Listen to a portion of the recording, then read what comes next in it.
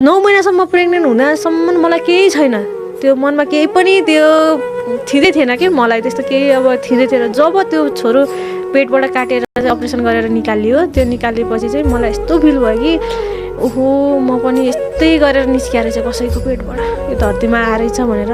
त्यतिखेर first time आफ्नो अस्तित्व बोध भएको क्या मलाई त्यो चाहिँ आमा भइसकेपछि चाहिँ। त्यो धेरै आज फर्केर हेर्दाखेरि यो होइन, यो भाइ बहिनीहरूलाई जसरी माया गर्नुभएको छ नि हजुरले होइन, यो भाइ बहिनीहरूलाई भिडियोमा त हामीले देख्छौँ त होइन। मैले अघि नै भने ए बाबु ए नानी भनेर होइन, त्यो मैले अघि न हिजो रातिको मैले के अरे मेरो साथीहरूसँग बसेको कुरा गरेको थिएँ नि होइन, त्यो मन छुन्छ कि मैले त्यसैले अफेयर भनेको थिएँ नि होइन। त्यो आमाको त्यो अथवा आफ्नो दिदी जस्तो हुँदैन रहेछ त्यो आफैले भोगेर आफैले एक्सपिरियन्स भइसकेपछि बल्ल चाहिँ त्यसको चाहिँ सार्थकता पाउँदो रहेछ क्या। त्यस्तो हुँदो रहेछ।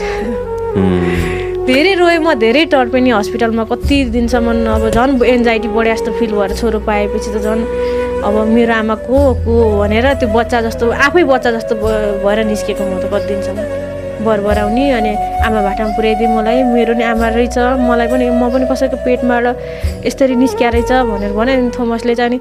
अनि दर्ता होला नि कतै त्यो आमाको दर्ता होला, बिहा दर्ता होला भने अब त्यो बेलामा आमा र बुवा भेट भएको 1 वर्षमा चाहिँ उहाँहरूको डिभोर्स भएको, छोडेर जानुभएको। अनि कसरी थाहा हुने अब त्यो केही थाहा थिएन। एउटा फोटो नि छैन, एउटा फोटो भयो नि मेरो आमा यो रहेछ भनेर अब त्यो हुन्थ्यो।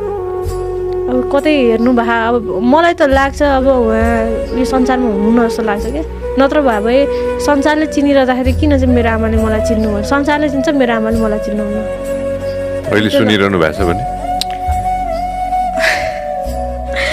अब अहिले सुनिरहनु भएको छ भने त अब त्यही त तपाईँले चाहिँ भोटेकाईलाई नाम गरेको मलिखमा एकजना चाहिँ बिहा गर्नुभएको थियो 45 सालतिर होइन 43 सालतिर बिहा गर्नुभएको थियो। बिहा गरेको 2-3 वर्षपछि म जन्मेको हो। अनि अब मसँग बुवाको फोटो छ, फोटो नागरिकताहरू मैले धेरैपल्ट फेसबुकमा राखेको होइन, भेटिन्छ कि तै पनि आमा भने धेरै मैले कोसिस गरेको। जन्मेर म अहिले 35 क्रस भइसकेँ होइन। अहिलेसम्म मैले चाहिँ मेरो आमालाई मैले देखेको छैन। तपाईँको छोरी जिउँदै छ भनेर भन्न चाहन्छु। एकपल्ट कतैबाट भए पनि म यहीँ बस्छु अब होइन, यहीँ काठमाडौँमै छु। कतैबाट देख्नुभयो भने मलाई चाहिँ सम्पर्क गर्नु होला भन्न चाहन्छु।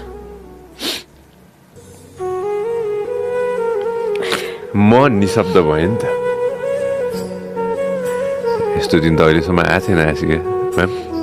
त्यही त त्यो अब मैले चाहिँ अब बिर्सिसकेको थिएँ। अब तपाईँले आज ठ्याक्क मलाई माफ गरिदिनु मलाई। होइन ठिक छ होइन, त्यो किन भन्दाखेरि मेरो के भन्छन् मेरो सत्यता नै यही हो नि त। मैले अहिलेसम्म आमा देखेको छैन, मलाई कसले जन्मायो भने मलाई थाहा छैन। अनि उहाँ मेरो बुवा बितेर बुवालाई त देख्न पाएँ, बुवाले हुर्काउनु भयो होइन। अनि आमाले त मलाई अहिलेसम्म मैले फिल गर्नै पाएको छैन नि त। मैले त भने मैले फर्स्ट टाइम म आफै आमा भएपछि बल्ल मलाई फिल भएको कि म कसैको पेटबाट जन्मिएर रहेछु भनेर।